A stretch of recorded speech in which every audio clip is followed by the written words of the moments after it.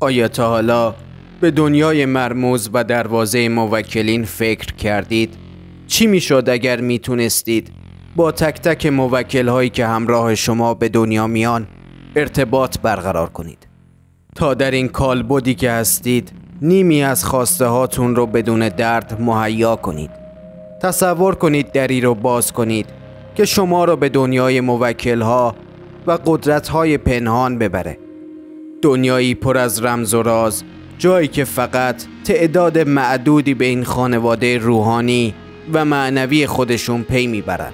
جایی که میفهمی هر انسانی با به دنیا اومدنش موکل زمان خودش رو داره که میتونسته با کمک این علوم غریبه به تمامی خواسته های خودش برسه، اما در این دنیا ناکام مونده. جایی که استادان علوم غریبه با دانش‌های باستانی انواع موکل‌ها رو برای اجابت هر کاری احضار می‌کنند. موکل‌هایی که هر کدوم کلیدی به دنیاهای موازی‌اند و میتونن شما رو به آرزوهای ممنوعه و خواسته‌های مادی و معنویتون برسونن. در این داستان ترسناک که خاطرات ترسناک یک استاد علوم غریبه است، از قدرت‌های جادویی گرفته تا شناخت رموز افلاک و تسلط بر سفرهای معنوی، جادوی سیاه و روشن، دعانویسی‌های نایاب، ورود به بعد سوم، یافتن خانواده معنوی خودتون که مثل یک غلام حلقه به گوش برای رسیدن شما به خواسته هاتون آماده است. طالبینی ماه تولدت و احضار موکلین و ذهنخوانی و همراه داشتن گردنبندها و انگشترهای موکلدار و دروازه هایی که هر کدوم برای انجام عملی در این جهان هستی آفریده شدند و حتی ثروت و قانون جذب و حتی علم متافیزیکی در ریاضیات همگی در دسترس کسانی قرار می گیرن که بتونن این دروازه ها رو که ریاضت پیچیده‌ای میخواد رو باز کنن. داشتن یک کسب و کار موفق، یک ماشین خوب، توانایی ذهنی و عملکرد فوق‌العاده در زندگی، داشتن انرژی ماورایی، ارتباطات خوب و مادیات و معنویات و عزتی که باید می‌داشتی رو نداشتی. همگی به خاطر طالع و انرژی هست که از اون بیخبری. اما یا قدم به دنیای تیره برای ما بی خطره یا عواقب وحشتناکتری در انتظارمونه. انتخاب با شماست. ما به علومی میپردازیم که نه فقط یک باور و خرافات باستانی نیست، بلکه لایه‌های عمیق ضمیر ناخودآگاهتون از اون خبر داره و علت ناکامی و پیشرفت شما تنها و تنها در این علوم خلاصه شده. پس با ما در این سفر معنوی تا آخر ویدیو همراه باشید. من آتبین 37 ساله متولد شهر تبریزم و یک استاد علوم غریبه هستم. پیش از هر چیز درود بسیار میفرستم به شاگردانم و اساتید برتر علوم غریبه و عالم ماورا که در پیدایش این کلید طلایی من رو یاری کردن. من 13 سالم بود که پدرم رو از دست دادم و میشه گفت که کاملا در خانواده‌ای فقیر به دنیا اومدم.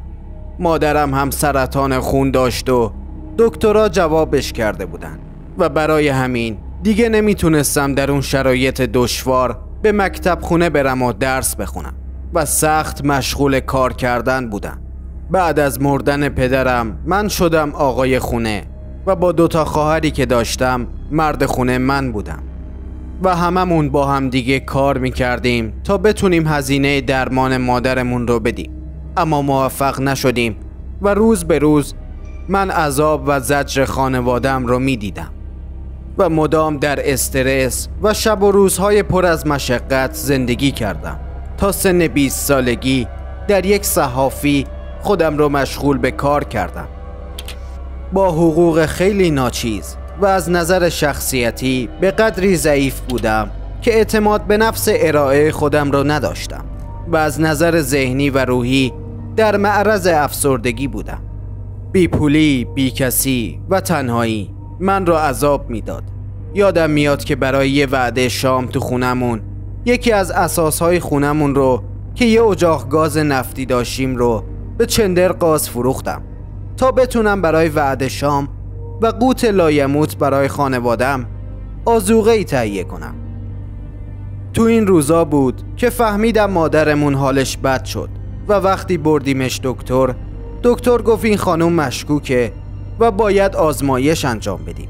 من و خواهرام نگاهی به هم انداختیم و با میزان پولی که جمع کرده بودیم به زور تونستیم آزمایشی رو برای مادرم انجام بدیم که متوجه شدیم مادرمون دچار سرطان خونه و باید شیمی درمانی بشه. اما از غصه و ناراحتی به قدری تو سر خودم میزدم که تمام عالم رو به فوش و ناسزا بستم و با خدا رابطه خوبی نداشتم به خاطر سختی هایی که تو زندگی به جونم انداخته بود و به قول معروف اسمش رو گذاشته بود امتحان الهی و من بارها خودم رو سرزنش می کردم که برای خانوادم هیچ کاری نتونستم بکنم. من آتبین رحمتی میخوام خلاصه ای از بیوگرافی زندگیم رو بهتون بگم. شاید درس و عبرتی برای شما که این داستان رو میخونید باشه. مطمئنم خیلی از شماها هستید که این روزهای تلخ رو مثل من تجربه کردید و خیلیاتون به تقدیر سرنوشت من دچار شدید. در اصل من اسمم آتبین نیست، اسم من محمد رضا بود، اما به تقدیر سرنوشت و ماجرای ترسناکی که برام پیش اومد اسمم رو عوض کردم. ماجرایی که هم سرنوشت خوبی رو برام رقم زد و هم من رو به دنیای تاریک کشوند. میونه خوبی با آدما نداشتم، نمیتونستم درست ارتباط بگیرم، تعادل روحی و عصبی نداشتم، ذهنم کار نمیکرد و هیچ درایتی برای کسب روزی و مال نداشتم. تا سن 20 سالگی 12 تا شغل عوض کردم و هر جا می رفتم یا دعوام می شد یا اخراجم می کردن. وقتی جوانهای دیگر رو می دیدم که از پول، قدرت، جایگاه شغلی و اجتماعی خوبی برخوردار بودن، اما من تو سن خودم هم نتونستم زندگی کنم، شرایط اجتماعی بد، جایگاه شغلی ناپایدار و تنهایی که هیچ کس در اطراف من نبود که ببینه من جوونیم داره سوخت میره و اقوام ما خرد شدن و شکسته شدن من رو میدیدن اما هیچ اقدامی برای ما نمی کردن. از بس که خودخواه و مغرور بودن و سالهای سال در حسرت و ناکامی و فقر مطلق زندگی کردن. ماجرای تغییر اسم من به آتبین برمیگرده به علوم جادوگری و مراحل استادیم در علوم غریبه که این اسم رو از صورت فلکه سبعه که همراه با ماه تولدم بود پیدا کردم که ناسخان رسم الخط واژه آتبین رو به آپتین تبدیل کردن. اما این نام به خاطر ریشه اوستایی و سانسکریتش در بسیاری از کشورها استفاده میشه.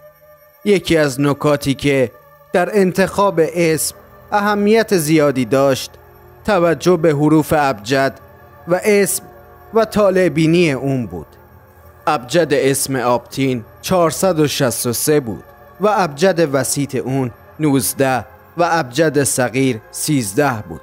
با مشخص شدن اسم من و عدد ابجد تونستم در مورد فاکتورهای طبقات اجتماعی همچون اشرافی، عرفانی، قشر کم درآمد و حادثه ساز رو محاسبه کنم. و لازمه که بدونید آپتین در بسیاری از فرهنگ‌ها به معنی نفس کامل و نیکوکار و صاحب گفتار و کردار نیک و اسدالسعدا معنی شده. حالا میخوام تقدیر وحشتناکی که سراغ من اومد رو براتون بگم.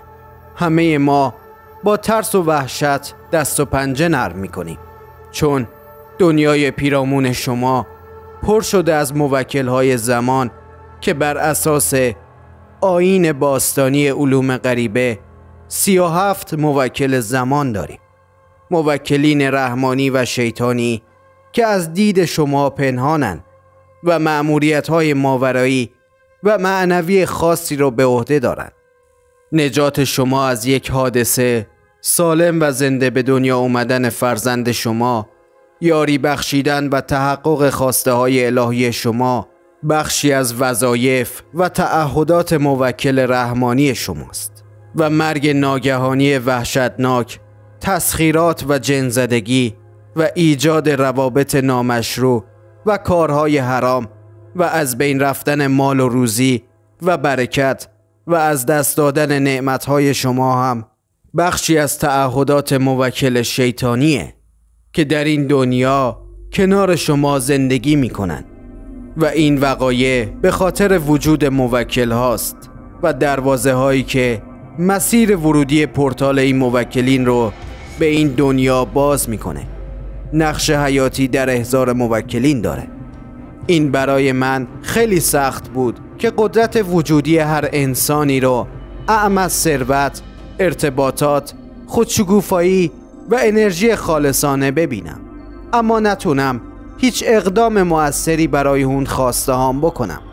به قول معروف میگن یه دست صدا نداره. بارها شده در پی تحقق خواسته‌ای اقدامهای ضعیف و قوی انجام دادیم، یا نمیدونستیم چطور انجام بدیم و یا در یک لوپ تکراری روزمرگی گیر افتاد و جامعه‌ای که به واسطه آموزش غلط، مدارس، دانشگاه، اخبار و روزنامه و جنگ و ایجاد تشویش و فشار ما را هیپنوتیزم کردند تا در سطح ضعیف خودمون بمونیم و بارها شده حتی در اثر این فشار ضریب هوشیمون و سطح یادگیریمون افت کرده یا حتی کوچکترین خواسته هامون هم محقق نشدن و ما هر روز عصبانی تر، خشمگین تر، افسرده تر، سردتر و ضعیفتر میشیم و به واسطه این فقر ارتباطی و اجتماعی به گناه آلوده تر میشیم و حکومتگرانی که باعث شدن با دروغ و با حیله هم این دنیا رو ازمون بگیرن و هم اون دنیامون رو و در نهایت همین امر باعث شده 95% ثروت دنیا فقط به 5% مردم دنیا تعلق داشته باشه و ثروتمندان هر روز ثروتمندتر و فقرا فقیرتر میشن و پس از 30 یا 40 یا 50 سال از زندگی پرمشقت در کالبد جسمی و روحی خودت فراتر نرفتی و اما اونهایی که تو رو گول زدن و در بعد سوم و چهارم معنویت خودشون هستن فقط با قطره خون به بزرگترین خواسته هاشون رسیدن. قطره ای از خون من و شما که تو شیشه کردن. یه روز مثل باقی روزا رفتم در مغازه تا با قصه ای که تو وجودم بود کار کنم. ناامیدتر از قبل، در حالی که دستام داشت میلرزید، ابزار کارم رو به دست گرفتم و مثل همیشه که هیچ روزنه امیدی برای نجات از این وضع نمیدیدم، مشغول به کار شدم. و در 13 مرداد سال 1383 روز یک شنبه بود که پیرمردی روحانی رو دیدم که کتابی رو در وسط سینه‌اش نگه داشته بود و با عینک ته استکانی که داشت به من زل زده بود و با نگاهی اغراق‌آمیز به من گفت: فرزندم، کتابی دارم که صفحات و جلدش نامرتب و کنده شده. این کتاب برام خیلی ارزشمنده. میخوام اینو محکم ببندی. فقط لطف کن صفحات داخلش رو هرگز نخون. با گفتن حرف اون پیرمرد کنجکاو شدم که بدونم مگه چی داخلشه که نباید بخونم. انقدر این سالها قدری کار کرده بودم که زندگی نکرده بودم و تا کلاس 7 دبستان بیشتر تحصیل نکرده بودم که حتی کتابی چیزی بخونم و سالها آتش مطالعه رو فراموش کرده بودم. وقتی کتاب رو بهم داد من رو رها کرد و رفت. کتاب رو که لای یه پارچه مخمل و به دور مشمعی سیاه پیچیده بود باز کردم و با صحنه عجیبی مواجه شدم. شکل و شمایل کتاب کمی ترسناک بود. تا حالا همچین چیزی ندیده بودم. صفحات کتاب هم کاملا زرد و قدیمی بود و با جوهری سیاه و خاص اشکال هندسی، کلمات عربی ترسناک و نماد شیطانی و اعداد و ارقام و حتی نجوم در صفحات کتاب دیده میشد. جا خوردم و ترسیدم. نمیدونستم این کتاب چیه که انقدر خاصه. برای اینکه کسی نفهمه اون کتاب رو به دور از همکارام به خونه بردم و شب رو در سایه‌ای تاریک با نور لامپ قرمز رنگی در زیرزمین خونه مشغول به باز کردن کتاب شدم تا اندکی از اون مطالب ماورایی کتاب رو بخونم که صدای اون پیرمرد تو گوشم تداعی شد که گفت هرگز این کتاب رو نخون. اما به شدت کنجکاو بودم و لازم میدونستم که این کار رو بکنم.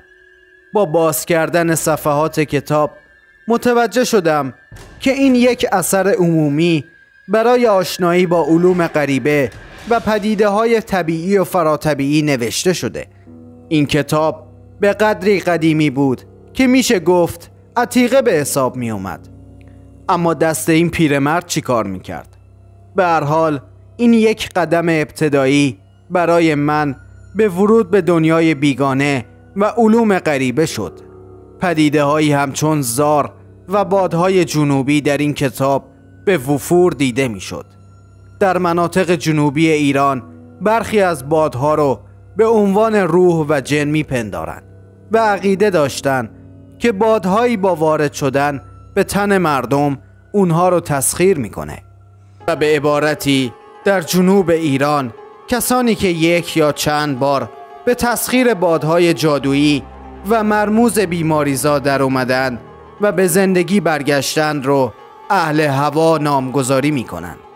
در نوشته های این کتاب آثاری از شاخه های علوم غریبه مثل طلسم، جادو، ابزار موکلدار، احضار، رموز دعانویسی، 42 دروازه موکلین، 37 موکل زمان، چله نشینی برای تسخیر جن، جنگیری، شناخت افلاک و صورت فلکه ها، استخدام موکل، سحر و جادو و مواردی ترسناک به چشمم خورد. وقتی با چشمانی خیره و متحیر به کتاب نگاه می کردم، صدایی در حیاط شنیدم. انگار کسی قدم می زاشت. با خودم گفتم حتما خواهرام اومدن حیاط. رفتم حیاط رو نگاه کردم. کسی نبود. بهت زده به زیر زمین برگشتم و دیدم کتاب نیست. خدای من، ترس برم داشت. تمام زیر زمین رو گشتم. زیر میز، زیر فرش، پشت قفسه ها. یعنی چی؟ کتاب کدوم گوری رفت؟ فردا باید کتاب رو به اون پیرمرد تحویل میدادم. چطور همچین چیزی ممکنه؟ کسی اینجا نبوده. کلا یه دقیقه هم نشد که من رفتم حیاط و سر زدم و بعدش اومدم. بدجوری وحشت کرده بودم. با مطالب ترسناکی که اون کتاب داشت منو به وحشت انداخته بود و از ترس و لرز رفتم خونه. خدا می کردم که اون کتاب پیدا شه، وگرنه جواب اون پیرمرد رو چی بدم؟ پیرمرد گفت که کتاب رو باز نکنم، چه برسه به اینکه با خودم آوردمش خونه و شروع به خوندن کردم. الانم که غیبش زده. صبح که بیدار شدم به خواهرم نسرین گفتم نسرین تو دیشب اینجا یه کتاب ندیدی؟ نسرین هم که دیره شده بود با عجله گفت نه چه کتابی؟ گفتم مال سر کارم بود، باید به مشتری تحویل بدم. نه مگه تو وسایل کارت رو با خودت میاری خونه؟ نمیدونستم چی بگم و با کلی ناراحتی رفتم سر کار. اون روز هوا بارونی بود. تو کوچه های بازار که قدم میذاشتم یه دفعه اون پیرمرد رو دیدم که کنار دیوار ایستاده بود و منو نگاه میکرد. وایسادم و با کلی ترس که الان من جواب اینو چی بدم با انگشت سبابش اشاره ای کرد که برم طرفش. با کلی لرز رفتم سلام کردم. تا اومدم لب تر کنم گفت من که بهت گفته بودم اون کتاب رو باز نکنی. با خودم گفتم تو از کجا میدونی؟ گفت اون کتاب الان دست منه. دست شما؟ چطوری به دست شما رسیده؟ آخه من فقط هیچی نگو. اون کتاب فقط بهونه‌ای بود تا تو اونو باز کنی و موکلی رو با خواندن کلماتش ناخواسته آزاد کنی. نمیدونستم از چی داره حرف میزنه. سر در نمی آوردم تا اینکه گفت حال مادرت داره بدتر میشه. نمیخوای کاری کنی؟ متعجب و حیرون نگاش کردم و گفتم مگه شما من و خانوادم رو میشناسی؟ اصلا از کجا میدونی مادر من مریضه؟ همه ماجرای مخوف ورود من به عالم ماورایی از همین جا نشأت میگیره.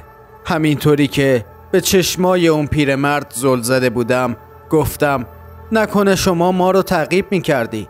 گفت نه جوون، پس حتما فالگیری، دعانویسی، چیزی هستی که از کتابا استفاده میکنی. لطفاً بگو از کجا منو میشناسی وگرنه میرم. گفت من از همه اینایی که گفتی بالاترم. من استاد علوم غریبم و به دنبال شاگردانی شایسته برای آموزش میگردم. مطمئنم تو صلاحیتش رو داری. شاگرد علوم غریبه؟ این به چه معناست؟ فرزندم، اخبار زندگی تو رو موکلین من برام آوردن. ما در این جهان تنها نیستیم و از مشکلات حاد زندگیت باخبرم. تمام افراد برتر و موفق دنیا از این علوم برای رسیدن به آمال و پیشرفت‌های علمی و تجاری خودشون استفاده کردن. علومی که حتی ریاضیات و فیزیک هم از اون کمک گرفتن. خب این حرفا چه دردی رو از من دوا میکنه؟ خب بذار به زبان ساده تر بهت بگم. برای جذب پول لازم نیست حتما پول داشته باشی. فقط درست در جایی که ایستادی باید راهی برای تقویت ماهیت احساس خودت از زندگی پیدا میکردی که نکردی. نکته‌ای که برای جذب پول و قانون جذب در این دنیا برنامه ریزی شده اینه که اگر توجهت به فقدان و کمبود چیزی باشه و یا عملی رو از روی فقدان و کمبود انجام بدی منجر به نداری و کمبود میشه، و اگر عملی رو با نیت دارایی و فراوانی انجام بدی و احساس کنی که پول داری عملت منجر به نتیجه مثبت و فراوانی میشه.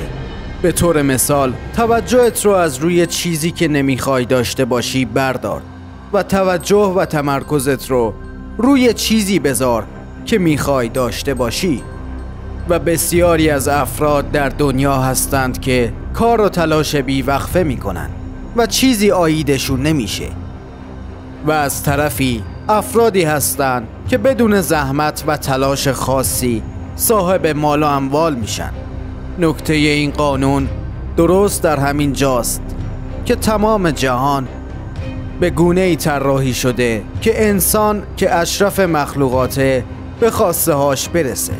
خداوند در قرآن می‌فرماید تمام هستی را برای انسان آفریدم و انسان را برای خودم.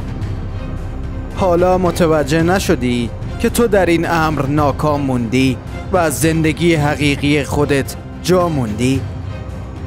من شاگردی داشتم که با علوم غریبه‌ای که به اون یاد دادم زندگی خودش رو متحول کرد. افکار تو دارای قدرت جذب کننده و خلق کننده ایه که تنها با پیوسته ارسال کردن افکار خوب میتونی از اون استفاده کنی. وقتی که افکارت به طور مداوم بین خواسته ها و ناخواسته هات جنبه های مثبت و منفی در نوسان باشه، از مزیت افکار مثبت خالص محروم میشی و بنابراین مجدد از سوی فقدان دست به کار میزنی که بازم نتیجه عکس میده. و در حقیقت آدمها همون آدمهان، رفتارها همون رفتارها، بیپولی همان بیپولی، ناکار آمدن هم همان نتیجه رو در پی داره. پس متوجه شدی که تو در یک سیکل تکراری و چرخه فقر در این حکومت گیر افتادی و تمامی چاکراهای تو بسته شدن، آلوده به گناه، روزمرگی، تنهایی، بیکسی، عدم توانایی حل بحران، بیسوادی و بیپولی رو برات در پی خواهد داشت و مدام دولت، اقتصاد، مردم، فروشنده و حتی خدا رو مقصر میدونی. وقتی صحبت‌های اون پیرمرد رو شنیدم زبونم لال شده بود و گوشام تیز تا به حقیقت و اسرار پنهان این علومی که پیرمرد میگفت بیشتر پی ببرم. گرچه بدنم به لرز افتاده بود سر تا پا به حرفای اون پیرمرد گوش کردم. گرایش تو به کار کردن در زندگی باعث شده به این باور برسی که برای تحقق هر کاری باید سخت تلاش کرد. اما وقتی یاد بگیری که آگاهانه افکار خودت رو هدایت کنی خواهی فهمید که افکار قدرت بسیار فوق‌العاده‌ای دارند. وقتی به جای تضعیف قدرت فکر خود با فکر کردن به خواسته ها و ناخواسته ها بیشتر روی اون چه که میخوای تمرکز کنی به تجربه خواهی فهمید که منظور من چیه. تو به دلیل گرایش به کار اغلب خیلی زحمت میکشی و سخت کار میکنی. در نتیجه بیشتر به اون چه که اشتباهه یا باید درست بشه توجه میکنی تا اون چه که مطلوب خودته. با اندیشیدن به افکاری که دارای احساس بهتر هستن، تعریف یک داستان متفاوت از زندگی، جستجوی جنبه‌های مثبت، تشخیص اون چه که واقعاً میخوای و یافتن چیزهای مثبته که میتونی اون خلأ رو پر کنی. وقتی این کارو کنی بهترین اتفاقات برات رقم میخوره. خواستهات و آرزوهات برآورده خواهند شد. در واقع تو اول باید این خلأ و پوچی درونت رو بشکافی و ازش عبور کنی و علت رسیدن تو به یک زندگی ایدئال و شرافتمندانه همین امره که دیگه خلأی وجود نداره. پیام ما به تو اینه که از خواستن، انجام دادن یا داشتن دست نکش، ولی این کار رو با حال خوب انجام بده، نه با احساس منفی و کمبودهات. پس همه اینا به خاطر قانون جذبه؟ نه فرزندم، قانون جذب زیر مجموعی از علوم غریبه است. بی‌صبرانه من خودم رو برای شاگردی اون جادوگر یا همون استاد علوم غریبه آماده کردم. با سر تا پای خیس به مغازه رفتم و به صاحبکارم گفتم من دیگه نمیام و وسایلم رو جمع کردم و فردای اون روز به مکتب اون استاد رفتم. لازم میدونم که بسیاری از روند و مسیر رو براتون خلاصه کنم. جدا از روزگار فعلی ما، علوم غریبه در دوران شکوفایی علمی و فلسفی ایرانی جدی تلقی شده و برای خودش چارچوب و قوانینی داره. شرایط و مقتضیات زندگی امروز قابلیت برقراری ارتباط با علوم غریبه رو نداره مگر اینکه تن به شرایط خاصی بدیم. در کتابی که خونده بودم علوم غریبه 3 منشأ اساسی داره: نفوس قوی، اجسام سفلی و اجرام سماوی که با تأثیر گذاشتن در اجسام زمینی در به وجود آمدن 5 امر غریبه تأثیر دارن. زمانی که من شاگردیم رو در خدمت استاد علوم غریبه گذراندم بسیار ریاضت ها کشیدم تا بتونم اسرار احضار موکلین، باز کردن دروازه موکلین، چشم سوم و ورود به بعد سوم و 4 معنویت، رموز دعانویسی، آشنایی با طلسم و انواع آن، کریستال های موکلدار و طریقه سحرنویسی و جادو و ابطال آنان را پی ببرم. قبل از اینکه من وارد مرحله احضار موکلین و باز کردن دروازه موکلین بشم باید شاخه های علوم غریبه رو که باهاش آشنا شدم با شما در میون بذارم.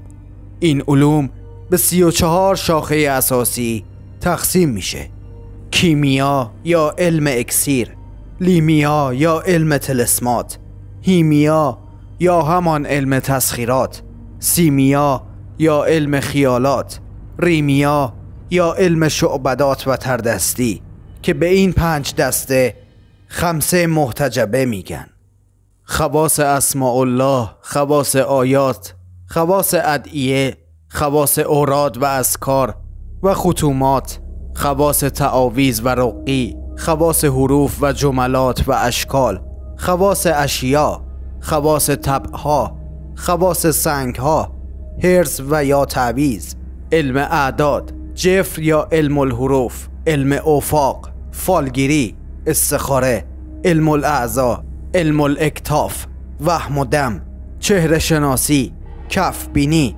ستاره بینی، ملاهم، تعبیر خواب، هیپنوتیزم، مانیتیزم، تلقین، تلپاتی و تخلیه روح و روشنبینی. از عناصر علوم غریبه و مطابق با این کتب و دستورات بود که من بر اساس طالع و ستاره شناسی و ابجد در جهت همسویی خودم با کائنات اسم خودم رو تغییر دادم. امیدوارم شما هم بتونید این کار رو خیلی ساده انجام بدید. اما شاید براتون سوال بشه که چه تقدیری من رو انتخاب کرد. ازش پرسیدم که از کجا میدونی که من این رو انتخاب میکنم یا نه؟ گفت اگر نمیدونستم پیشگوی خوبی نمیشدم. گفتم اگر از قبل میدونی چطور میتونم انتخابی داشته باشم؟ گفت چون برای انتخاب اینجا نیومدی. تو انتخاب رو قبلا انجام دادی و تو اینجایی تا سعی کنی بفهمی چرا اون رو انجام دادی. من با کیمیاگری که یکی از شاخه های علوم غریبه است تا به الان 32 دروازه موکل رو باز کردم که برای هر موکل چله نشینی ها، ریاضت های طولانی همراه با عزیمت های بلند رو سپری کردم. گوشت نخوردم، از مصرف سیر و پیاز خودداری کردم، از ایجاد روابط نامشروع پرهیز کردم تا به قدرت کیمیاگری و ماورایی دست پیدا کنم. در این سفر معنوی من خانوادم رو برای مدتی مجاب کردم تا بتونم هم به شاگردی برای استادم برسم و هم شاگردانی رو برای خودم پرورش بدم. میدونستید حتی بسیاری از دانشمندان و محققان برجسته دنیا مثل ابن سینا و زکریای رازی و دیگران عالم به کیمیاگری بودن؟ کیمیا به عنوان یکی از 5 علم خمسه محتجبه به شمار میره و در تاریخ به اون اشاره شده. زمانی که اسکندر مقدونی به ایران حمله کرد، یونان در حال ورشکستگی بود و او علاوه بر غلام، کنیز و طلا اسناد مهمی به دست آورد و به وسیله این کتاب‌ها و نوشته‌های علمی دانش و فرهنگ ایرانی رو در یونان گسترش داد که بخشی از این کتب ماورایی درباره کیمیاگری بودند. حالا میرسیم به جایی که قرار شما به خانواده معنوی خودتون و موکل زمان و دروازه موکلین پی میبرید و یکی از راه‌های پیدا کردن خانواده معنویتون سفرهای معنوی به ابعاد دیگه است و من با احضار و باز کردن دروازه های موکلین نیرومند، اجنه و موکل های سفلی و علوی، آنان رو در کالبد بعد 3 و 4 در این دنیا آوردم تا به خواسته هام برسم و من به کمک این آیین ثروت و دارایی زیادی رو برای خودم هموار کردم و مفتاح هایی که دروازه های خاص رو باز میکنه که یکیش سفر پیدا کردن اسم روحی خودتونه، سفر ملاقات با حیوان روحیتون و سفر به دنیاهای موازی، جایی که زندگی قبلی شما در اون بوده. حال این که چه رویداد ماورایی برای من رقم خورد و بخشی از این دروازه ها چیست رو به شما خواهم گفت. اما قبلش اگر تازه به کانال ما پیوستی، حتما کانال ما رو سابسکرایب کنید و زنگوله رو بزنید. مطمئن باشید آخر ویدیو اسرار بعد 3 و 4 ماورا برای شما فاش خواهد شد. در دنیای ماورایی و علوم غریبه برای احضار و ارتباط با موکلین یا ارواح باید از دروازه های معنوی و انرژی عبور کنیم. این دروازه ها به عنوان سدهای محافظتی عمل می کنند و برای رسیدن به سطح عمیق‌تری از ارتباط باید این موانع رو درک و عبور کرد. این دروازه ها از نظر معنوی و نمادین شناخته میشن و ممکنه نامهای مختلفی رو ازش شنیده باشید. 12 دروازه برای اونهایی که استاد ندارن وجود داره و در مراحل بالاتر و پیچیده تر برای شناخت موکلین رحمانی و روحانی خودتون تا 20 دروازه ذکر میشه. اولین دروازه شجاعته، دروازه دوم آرامش، دروازه سوم آگاهی، دروازه چهارم تسلیم، دروازه پنجم حقیقت، دروازه ششم دانایی، دروازه هفتم صبر، دروازه هشتم عشق، دروازه نهم آینه، دروازه دهم خاکستر، دروازه 11 سکوت و دروازه 12 خون. و من پس از عبور از دروازه خون با یک قطره خون موکل زمانم رو احضار کردم. طریقه احضار این موکل ساده بود، اما اون خودش انتخاب می کرد که به شما جواب مثبت بده یا منفی. این گوی و این میدان بسیاری از استادان علوم غریبه و جادوگران از موکل زمان بهره زیادی میبرند. هر چیزی که ازش خواستم رو برا مهیا کرد. پول، رونق کسب و کار، ماشین و شفاعت بیماری مادرم از خواص این موکل زمان بود و برای من یک حامی واقعی بود و بسیار کمکم کرد.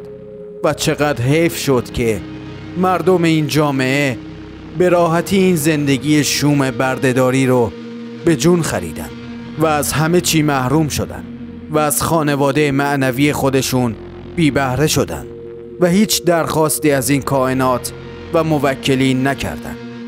و پس از باز کردن این دروازه ها موکل تاروت به سراغم اومد که خبر از آینده می آورد و مدام اخبار پیرامون و آینده رو در گوشم زمزمه می کرد. اگر بخوام بر مبنای نجوم این موکلین رو براتون نام ببرم، باید بدونید که این تومار راحت به دست نیومده.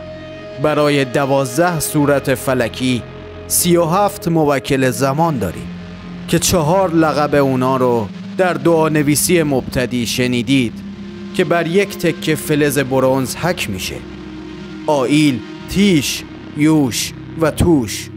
برای به دست آوردن این اسامی 37 موکل سالها ریاضت کشیده شده.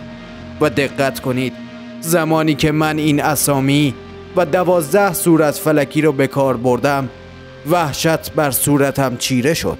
و اگر از دروازه شجاعت عبور کرده باشید، این نامها رو با جون و دل به یاد میسپرید: صورت فلکی حمل، برج قوچ، رافائیل، سورائیل، ماتارون. صورت فلکی سور یا برج گاو، توبائیل، نصریائیل، صبریائیل. صورت فلکی جزا، برج دوپیکر، کافائیل، جبریائیل، رامیل. صورت فلکی سرطان، برج خرچنگ، سمدائیل، بهترائیل، کفائیل. صورت فلکی اسد، برج شیر، هیروائیل، جبرائیل، هوتائیل. صورت فلکی سنبله، برج خوشه، اسرافیل، رقیائیل، دارائیل. صورت فلکی میزان، برج ترازو، شمهونائیل، زکریائیل، هورائیل. صورت فلکی عقرب، برج کژدم، دانیائیل، قحطائیل، نفائیل. صورت فلکی قوس، برج کمان، برهوتائیل، کرائیل، شمهائیل. صورت فلکی جدی، برج بز، قطائیل، سبائیل، سامائیل. صورت فلکی دلو، برج دلو، هرائیل، رماهائیل، تورائیل. صورت فلکی هوت، برج ماهی، کبریائیل، روحائیل، ازرائیل.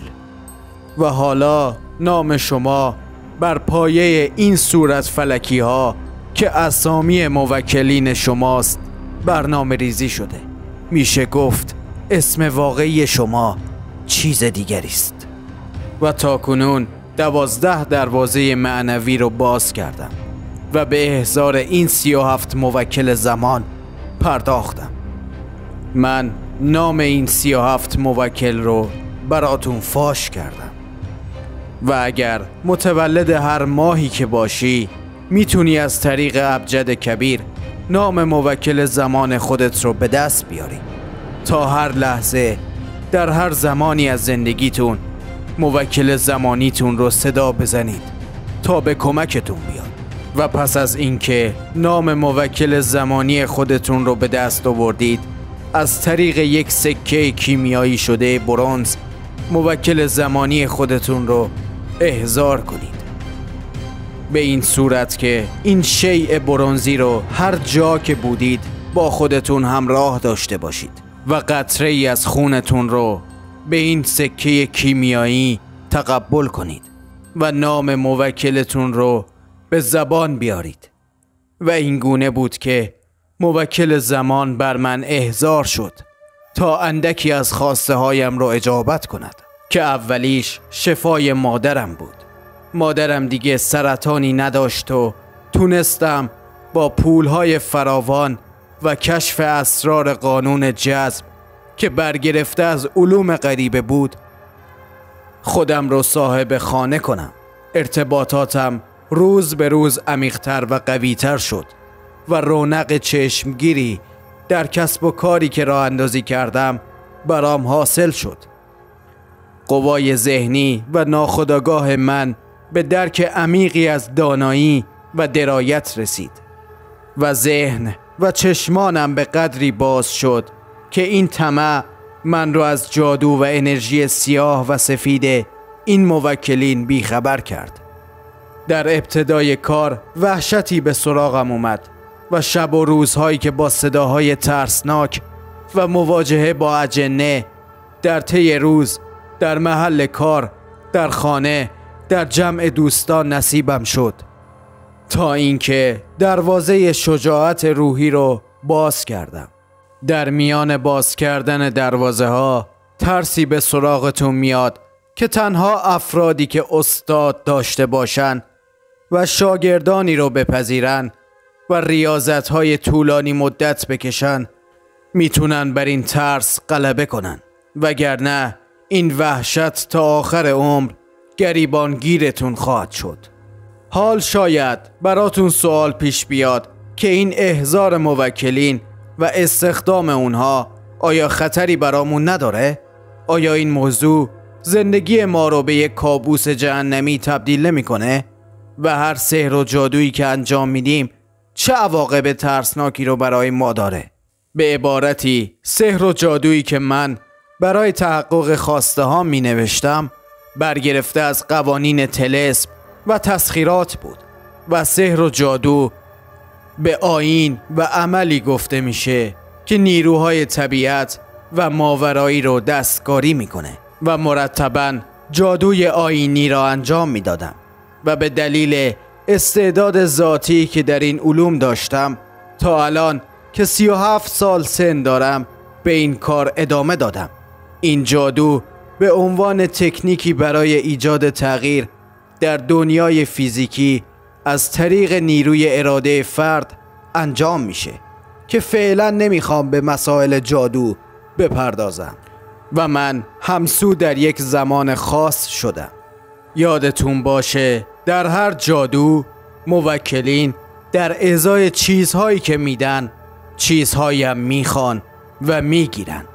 اجنه، جنها و موکلین بعد سوم و چهارم فقط دو چیز از شما میخوان: وسل و انرژی. وسل یک کالبده، ابزاریه که موکل با اون در این دنیا حضور پیدا میکنه و وسلها 3 دستن: وسلهای انسانی، حیوانی و کریستالها. و استادان علوم غریبه به واسطه این یا انسانی رو تسخیر میکنن یا حیوانی و یا با سحر و عمل جادویی تکنیکال کریستالی رو موکل دار میکنن تا اذن ورود اون موکل از طریق اون کریستال توسط استاد داده بشه. و این کریستال ها در دنیای ماورا توسط سحر استاد علوم غریبه بسیار قدرتمند و حاوی موکلین میشه و در این دنیای مادی در زندگی ما نفوذ میکنن و این همان افشای راز حضور موکلین رحمانی و شیطانی در این دنیاست که به اعمال ما آگاهن و بزرگان و قدرتمندان با سیاست‌های شوم ما را از اهداف و خواسته‌های روحانی خودمون دور میکنن و ما را به دنیای بردگی برای منفعت خودشون کشوندن و حالا نوبت بهای شماست. باید به موکلتون چه سفلی و چه علوی باید انرژی سیاه و سفیدتون رو به موکل هدیه بدید. مثلا من به عنوان بها گوشت رو هرگز به چشمم ندیدم. گوشه نشینی کردم و از دور خانوادم رو نظارت می کردم. رابطه‌ای با جنس مخالف و موافق برقرار نکردم. روزه گرفتم. خودم رو در 40 روز پاک و مطهر کردم و سالهای سال این ریاضت رو به عنوان یک جادوگر اعظم تقدیم به موکلم کردم. اینا انرژی سفیدی هستن که موکل من از اون تغذیه میکرد. تغذیه از روح پذیری من. اما در جادوی سیاه از بعد منفی روحی استفاده میشه. مثلا انرژی دیگران را بگیر و به موکلت بده. زیاد بخور. به نفسهای درونت عمل کن. انرژی های زیادی رو در اطرافت کسب کن. ناپرهیزی کن.